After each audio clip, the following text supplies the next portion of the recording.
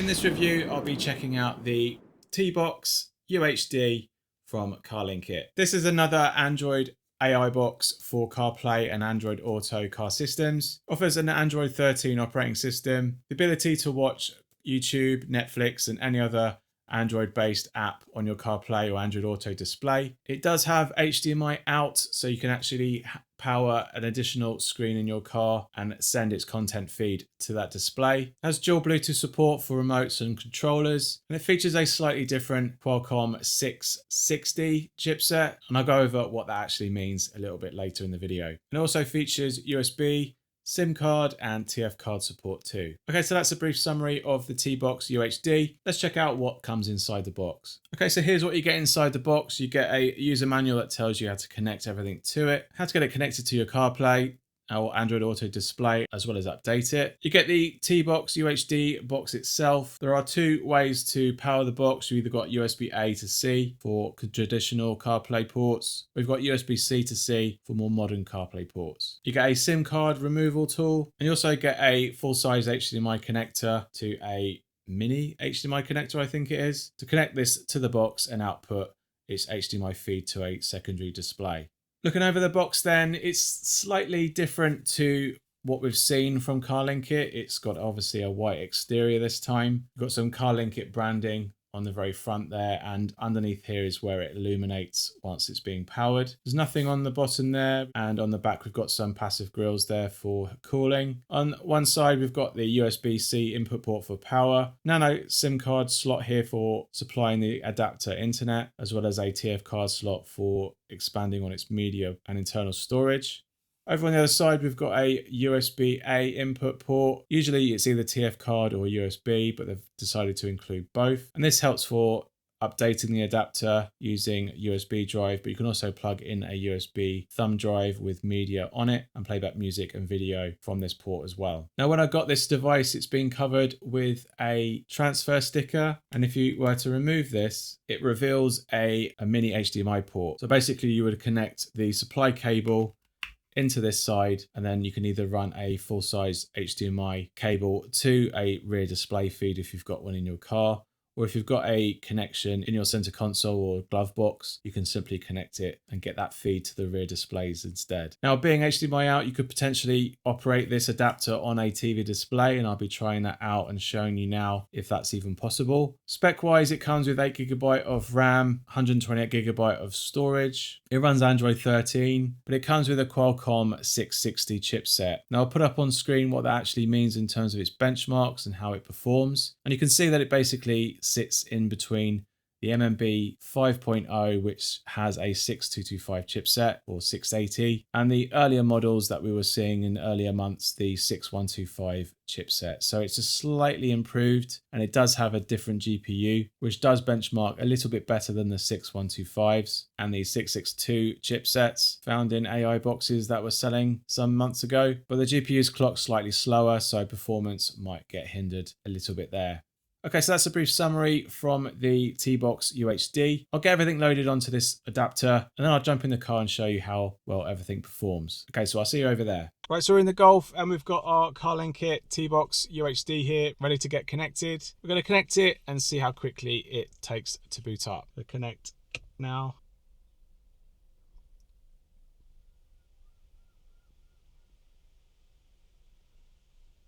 So about 39-40 seconds, so that's quite lengthy in comparison with some other AI boxes that are out there. And this is landing on one of its two home menu screen styles. So this is just a standard iPad-like layout. You can pull down for Android notification bar and access to some of the Wi-Fi Bluetooth settings here. Got a side dock on the right hand side with this home button to invoke the applications, but this particular style doesn't really need it, so that's why it doesn't actually function. You've got 4 icons here of the last used apps that you've used, status indicator lights and time. I'll just quickly show you the other layout, which is in display settings. We can change the launcher style. And we're now into what is basically their default launcher style. So you've got 4 icons here which can be customized by holding down and deleting the option. and then you can actually choose from a selection of apps that you have pre-installed to replace it with. This is the media playback panel. Then you've got the main navigation panel, or any other panel actually. You can have YouTube in there too if you wanted to, and it obviously launches that app on startup, so that it's gonna fire up quickly as soon as you launch the AI box. And again, that button now launches the app view, to which you can then scroll through the various apps that come pre-installed. So you've got your usual Bluetooth, APK installers, calling and messages. AutoKit is the wireless CarPlay and Android Auto function. Got Google Chrome, Android settings, Google Play Store to download any other apps that you'd like to download from the Google Play Store. YouTube Music, YouTube, Spotify and Netflix come pre-installed. And here's a few others that I've actually installed as well. You've got a floating button which you can turn off, but if you do turn it off, there's a few apps that make it difficult to return, so you kind of do have to stick with the floating menu. It is a bit weird how they've chosen a kind of like washed out look to the icons, and you've got back, you've got multitask, Google Assistant. This offers the split screen mode, you can see running here. So you tap it and you select what apps you want to be in the split screen with. So here you can have split screen mode, you can have it on pretty much even levels. It doesn't allow you to resize too much, if at all really, before it actually goes to one or the other. So you can swipe over to go full screen on the app. You can't kind of like swipe it back. You can clear all the memory in the actual or processes from anything that's running, and then also return to the car system quite easily as well without having to go via the home screen. So let's just quickly fire up a couple of apps just to see what their loading times are. Let's go into Maps. That's nice and quick, at least under 2 seconds there. Looks great, fairly responsive. There's no pinch and zoom though, but that all comes through the car speakers, works totally fine. And that is Google. Spotify, about 8 seconds in, so a little bit slower than normal. And here we can fire up the music, go full screen, and that plays nicely through the car speakers with wheel controls, backwards and forwards. And we can try the call button, which should invoke Google. Hi Google. Hi there, I'm listening. How can I help today? Okay, that works just fine. And the sound all resumes as well, good. Clear that and go into YouTube. That seems to fire up very quickly. Well, let's just test out some audio sync and a video. If you can find the other one cheaper, then you're not really going to miss out. If you do look at the dongle in your car interior, it does stick out and you want it to look nice, then this is obviously a little bit. So yeah, the lip sync isn't brilliant on this particular AI box. It is out of sync quite significantly to make it not really that enjoyable. So let's just quickly do a audio test just to see if that is actually right.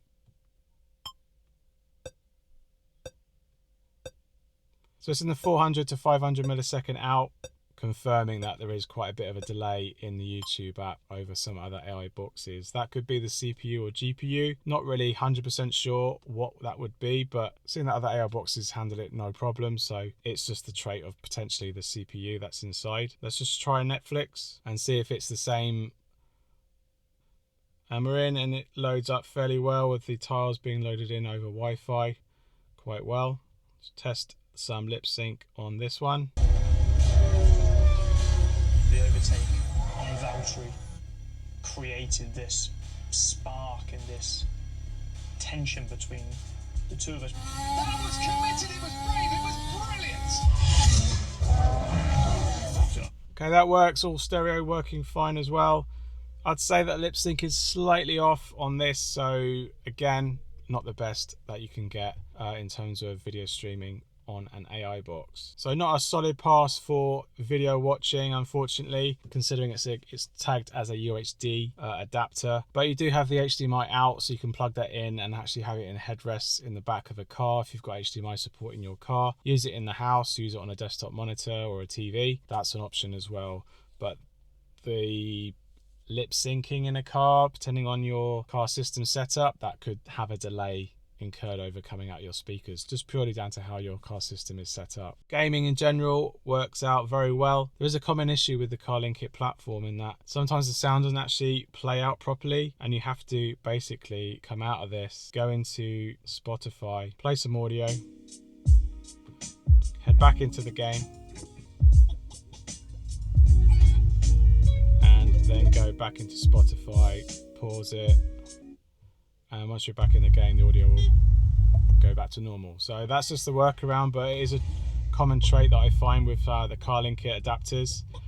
But in terms of gaming, it's actually not too bad. The GPU doesn't suffer too badly, but again, this is quite a lightweight game, so I wouldn't stress it too much with things like Call of Duty or anything like that. And also you can have the remote control, which you can actually then get connected to the remote control. You've then got your little cursor there, you can see. You can either use that or use the D-pad to control. So now with the remote control, you can now play the games, and you can also control the navigation with it as well. And on some games, it actually probably is going to be a lot easier using a controller. So if you've got particular games that you actually want to play with it, then Bluetooth input is going to be a possibility. So that's gaming in a nutshell. We can just try out some others that we can try. And obviously you've got an Xbox controller. You can actually connect that over Bluetooth as well, as you've seen with the remote control. That works totally fine as well for any particular game or Android game that you'd like to use a controller with, or even cloud gaming. If you've got a good, decent mobile data connection, you could probably fire it up on this as well and play some cloud gaming. You can see Subway Surfer works a little bit where there's a bit of a stutter there, as it's probably loading in textures. But generally that runs really well, and this is quite a lightweight 3D game. Looks great as well, nice and sharp. So I think if you're going to be playing some lightweight 3D games or some just 2D games like Candy Crush and things like that, it's definitely going to handle those without any problem. So we've got a USB stick which we can actually connect to the underside of the USB drive, so we can plug this USB stick into the port there, and that has media, music and video files on it, which you can copy across to the hard drive as well. That's on the actual AI box, or you could just have it plugged in and hot swap it out with different media if you need to. And you can download your favorite media player. I used VLC. It's found the USB drive here, so we can try out some of the videos. One must destroy in order to create. We are no Jedi.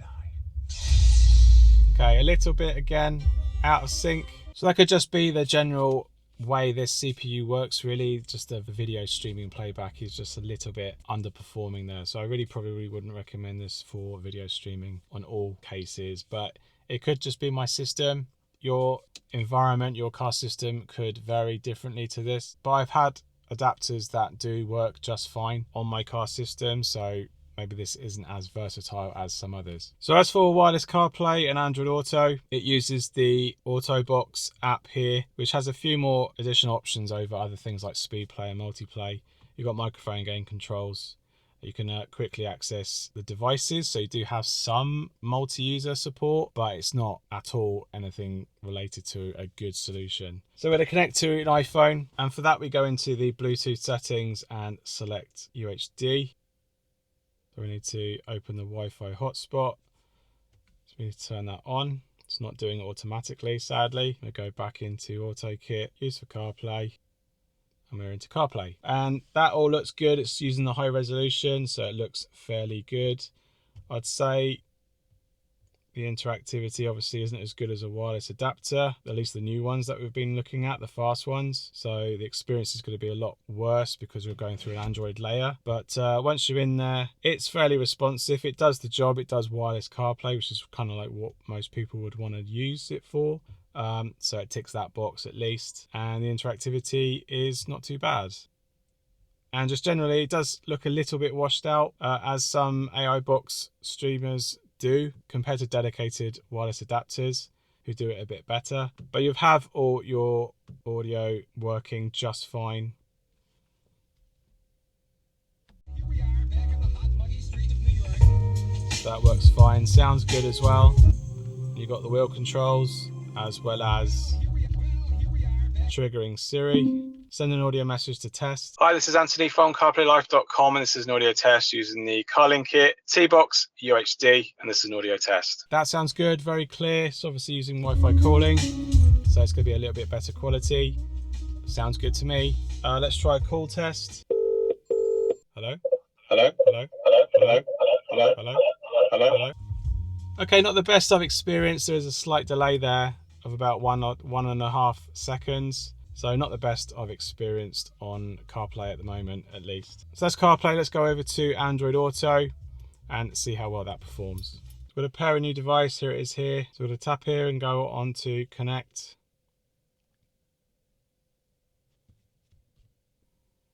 And we're in. So about 10-ish seconds, not too bad.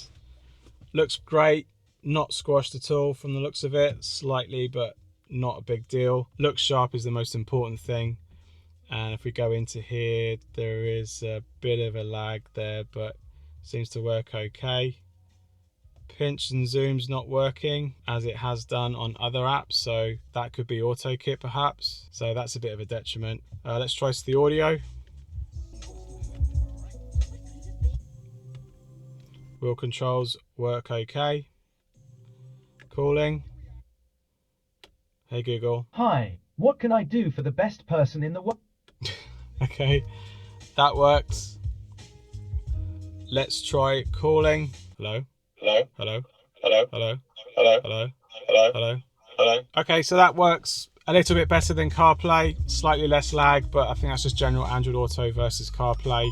It is a little bit less laggy. Okay, so that's the CarlinKit Tbox UHD in a nutshell, basically. I would say not the best Android AI box that's out there. This could be the problem with choosing this particular chipset, for example, because we don't really see these kind of traits with some other AI boxes that are out there that are running Android 13. So although it might be a cheaper version than some that out there, you are suffering a little bit with general performance. So that's something to consider if you were considering on picking up this box. I'd say the advantage though, you've got SIM card, you've got USB, and you've got HDMI out. So they are packing it full of particular features that generate a better USP of feature sets that this particular box offers. But I'd say together they don't really do as a better package as probably some others are offering. So it really has to tick all those boxes for you in order to maybe check this box out. And again, your experience with the lip syncing might vary on your own car system. It could be worse, could be better, but I have experienced AI boxes that don't have these traits. So there are better boxes that are more versatile than this one. Let's put it that way. So the CarlinKit Tbox UHD retails for roughly around $195 or thereabouts on various channels. It can obviously get bought for a lot cheaper elsewhere from China if you don't mind shipping it in that way. But it will be available on Amazon very soon if it's not done already by the time this video goes out. So check out my links down below to learn more about it. Support the channel and buy yourself one. Overall, it's quite difficult to recommend this when there's so many others that do video streaming so much better than this particular adapter. I do feel that they've shortchanged the adapter in terms of its spec, and that's obviously made it suffer a little bit in terms of how it performs with various video streaming apps specifically. It works okay though in those areas if you don't mind a little bit of lag in various areas.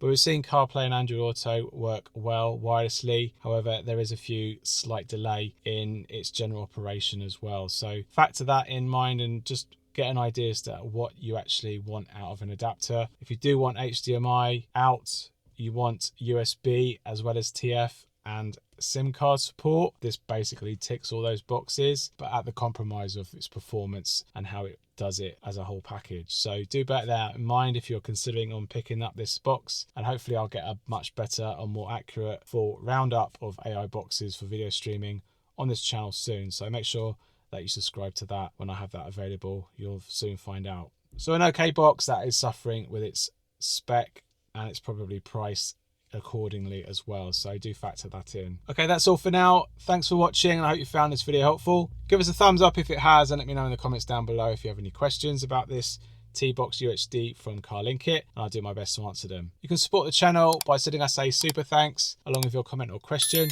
I really appreciate it. Thanks again for watching, and I'll see you on the next one. Cheers. Bye.